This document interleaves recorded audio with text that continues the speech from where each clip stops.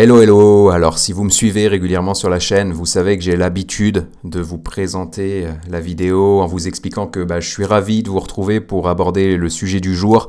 Ce n'est clairement pas le cas aujourd'hui, j'ai même longuement hésité avant de vous faire cette vidéo pour rien vous cacher, ça fait bien une quinzaine de fois que j'essaye de la tourner. C'est compliqué, c'est difficile, mais j'ai vraiment envie de vous la sortir. Pourquoi ? Parce qu'on a là un sujet ultra intéressant et qui a un impact significatif sur le conflit Ukraine-Russie et qui pourrait bien avoir même un impact sur l'issue de la guerre.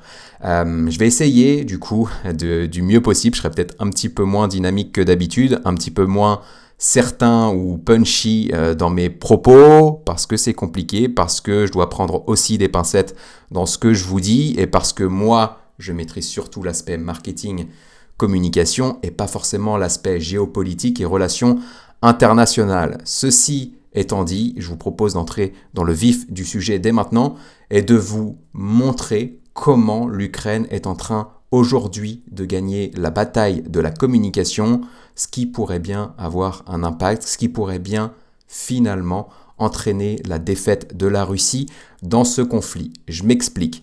Beaucoup d'experts vous diront qu'une guerre se gagne politiquement et pas forcément dans les combats. Ce que je veux dire par là, c'est que quand il y a une guerre, il y a un pays qui va en ressortir grandi, tant d'un point de vue pouvoir que d'un point de vue influence dans l'opinion publique. Et si ce n'est pas le cas, eh bien on considérera qu'il y a défaite. Aujourd'hui, la Russie, clairement, se retrouve isolée d'un point de vue géopolitique. On l'a vu notamment avec le vote qui a eu lieu aux Nations Unies où seuls 5 pays ont finalement voté dans le sens de la Russie et acquiescent finalement le conflit dans lequel nous sommes actuellement. 5 pays, c'est peu, et on voit aussi que l'opinion publique aujourd'hui est majoritairement en faveur de l'Ukraine et non de la Russie. Dans ce contexte, donc, dans le contexte où une guerre se gagne avant tout sur le plan politique plutôt que sur le plan finalement combat, la bataille de la communication et de l'opinion publique est cruciale et clairement, si c'est difficile pour l'Ukraine aujourd'hui de rivaliser d'un point de vue combat sur le terrain, sur la bataille de la communication, eh bien l'Ukraine peut jouer à armes égales avec la Russie et est même en train de dominer les débats. Si l'Ukraine domine les débats, c'est parce qu'elle a une stratégie qui est centrée sur un point en totale opposition avec la stratégie de la Russie. Aujourd'hui, l'Ukraine mène une stratégie de communication centrée sur l'humanisation du conflit. Quand en Russie, on essaye de plutôt communiquer sur l'aspect autoritaire, sur l'aspect froideur. Vous voyez Poutine, vous voyez comment il est, c'est lui qui dirige, il veut montrer qu'il a le pouvoir, il a l'autorité, et c'est de cette manière-là finalement que Poutine et que la Russie communiquent actuellement. Donc dans cette optique de humaniser finalement le conflit Ukraine-Russie, eh bien l'Ukraine a recours à 3 techniques vraiment brillantes que je vais essayer de vous présenter du mieux possible en détail dans cette vidéo. La première technique utilisée par l'Ukraine dans cette bataille de la communication, eh bien, c'est le syndrome du supporter. Qu'est-ce que le syndrome du supporter ? En fait, le syndrome du supporter, c'est un biais cognitif qui veut qu'on accorde bien plus volontiers, bien plus facilement son soutien au camp qui est le plus proche de notre identité, c'est-à-dire qui partage nos valeurs, certaines caractéristiques finalement de notre identité. C'est valable pour une personne, c'est valable pour une marque ou encore pour une institution. Je vous donne quelques exemples concrets qui pourront vous aider à bien comprendre qu'est-ce que le syndrome du supporter. Eh bien, quand vous soutenez l'équipe de votre ville, c'est parce que c'est l'équipe de votre ville fait partie de votre identité et donc vous accordez un soutien à cette équipe la plupart du temps. C'est aussi le cas dans certains combats entre 2 marques, typiquement McDo versus Burger King. Eh bien, vous allez supporter, entre guillemets, la marque qui partage le plus vos valeurs, qui partage le plus votre identité, et finalement la marque qui va aussi vous permettre de vous valoriser un maximum dans la société. C'est valable donc pour Apple versus Samsung notamment, et vous avez sans doute plein d'autres exemples de combats de marques en tête. C'est valable bien entendu dans les personnes comme je vous le disais tout à l'heure, donc ça peut être Booba versus Karis, comme ça peut être un homme politique versus un autre homme politique, ou alors ça peut être, dans le cas qui nous intéresse aujourd'hui, dans le combat entre l'Ukraine et la Russie. Et donc pour exploiter ce biais, ce syndrome du supporter, le président ukrainien va prendre complètement le contre-pied de Vladimir Poutine dans sa stratégie et il va plutôt décider de se positionner comme un civil. Il va se positionner dans le camp du peuple alors que Poutine, lui, va se positionner en chef d'État. Il va vraiment se positionner de manière très très institutionnelle. Donc le coup de génie du président ukrainien a notamment été de se filmer avec quelques membres de son gouvernement dans la rue, prêt à risquer sa vie auprès finalement de son peuple, comme les citoyens ukrainiens.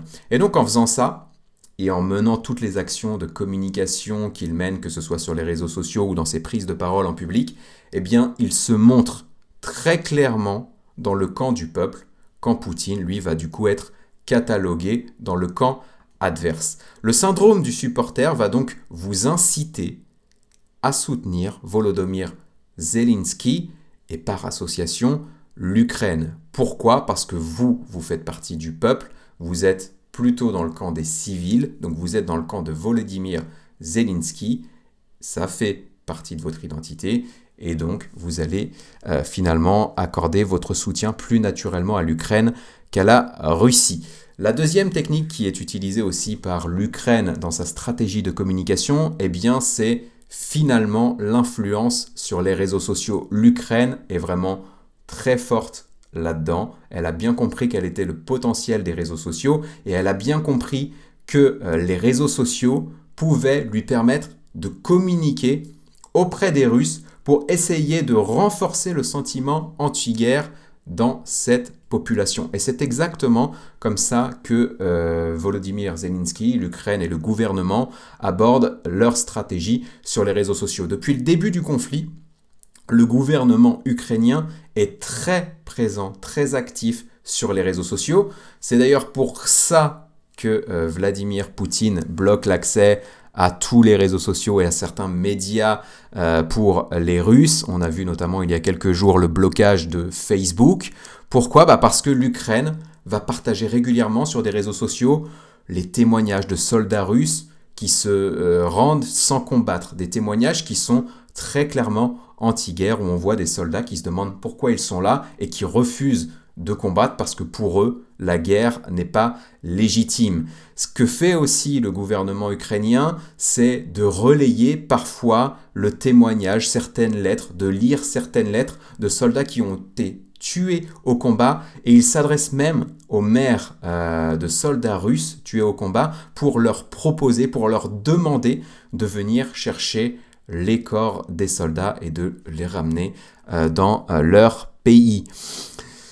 Forcément, d'avoir ce genre de stratégie, ça va souligner l'horreur de la guerre, ça va aussi souligner l'humanité de l'Ukraine en opposition justement avec l'image de la Russie et notamment, principalement même, de Vladimir Poutine. Et donc ça va favoriser le sentiment anti-guerre auprès des Russes. La troisième action que je vais vous présenter juste derrière, va également dans ce sens. Elle va dans le sens finalement des deux points que nous avons vus précédemment, à savoir effectivement renforcer le sentiment anti-guerre auprès de la population russe, mais aussi de renforcer les effets du syndrome du supporter que nous avons vu précédemment. La troisième action que mène actuellement l'Ukraine dans sa stratégie de communication, eh bien, c'est le lancement d'un site internet qui s'appelle 200rf.com que vous pouvez retrouver, il est actuellement en ligne, vous pouvez aller jeter un œil. Ce site web est à destination des familles de soldats russes. Qu'est-ce qu'on retrouve sur ce site internet ? Eh bien, sur ce site internet, on va retrouver des documents appartenant à des soldats russes tués au combat pour permettre aux familles russes bien d'être informés de cette mort. On va aussi retrouver des témoignages vidéo de soldats prisonniers qui vont généralement se montrer eux aussi anti-guerre ou alors qui vont faire part finalement de la violence du conflit. Et forcément, d'entendre ça dans la parole de soldats russes, eh bien, ça renforce le sentiment anti-guerre dans cette population. Donc l'Ukraine a lancé ce site pour permettre aux familles de soldats russes morts ou prisonniers d'être informés. Ce site internet donc s'appelle 200rf.com. 200, pourquoi? C'est pour le poids d'un cercueil contenant un corps de soldat tué, donc un soldat mort. En moyenne, le poids du cercueil plus le corps du soldat correspond à 200 kg. Et ensuite, RF pour Russian Federation. Ouais, l'accent est approximatif, mais j'ai même pas envie de faire de vanne dessus. 200 RF, donc 200 le poids du cercueil plus RF pour Russian Federation, c'est un combo assez violent, mais finalement qui reflète bien aussi la violence de ce combat. 200rf.com, donc comme je le disais précédemment, recense les documents de soldats tués au combat et les témoignages de certains soldats qui sont actuellement prisonniers. Si vous allez faire un tour sur le site 200rf.com, et je rebalaye les slides parce que je pensais vous avoir mis une capture écran du site, mais vous verrez un bandeau rouge donc en russe parce que finalement ce site web est rédigé en langue russe. Vous avez la possibilité de le traduire en anglais grâce notamment à votre navigateur. Et si vous faites la traduction ou alors si vous parlez russe, vous verrez que dans le bandeau rouge, il est indiqué que le site 200rf.com est actuellement bloqué en Russie et que les Russes ne peuvent pas y accéder, hormis s'ils passent par un VPN. Donc en conclusion, la Russie aujourd'hui est vraiment en train de dominer la bataille de la communication. L'Ukraine, est en train de dominer la bataille de la communication face à la Russie. Et finalement, on peut se poser cette question. La Russie pourrait peut-être bien l'emporter d'un point de vue combat, c'est-à-dire d'un point de vue, est-ce qu'on peut dire ça d'ailleurs, d'un point de vue mort, d'un point de vue décès, eh bien effectivement la Russie sera peut-être derrière au compteur. La Russie pourra aussi dire qu'elle a gagné quelques territoires, ok, pourquoi pas.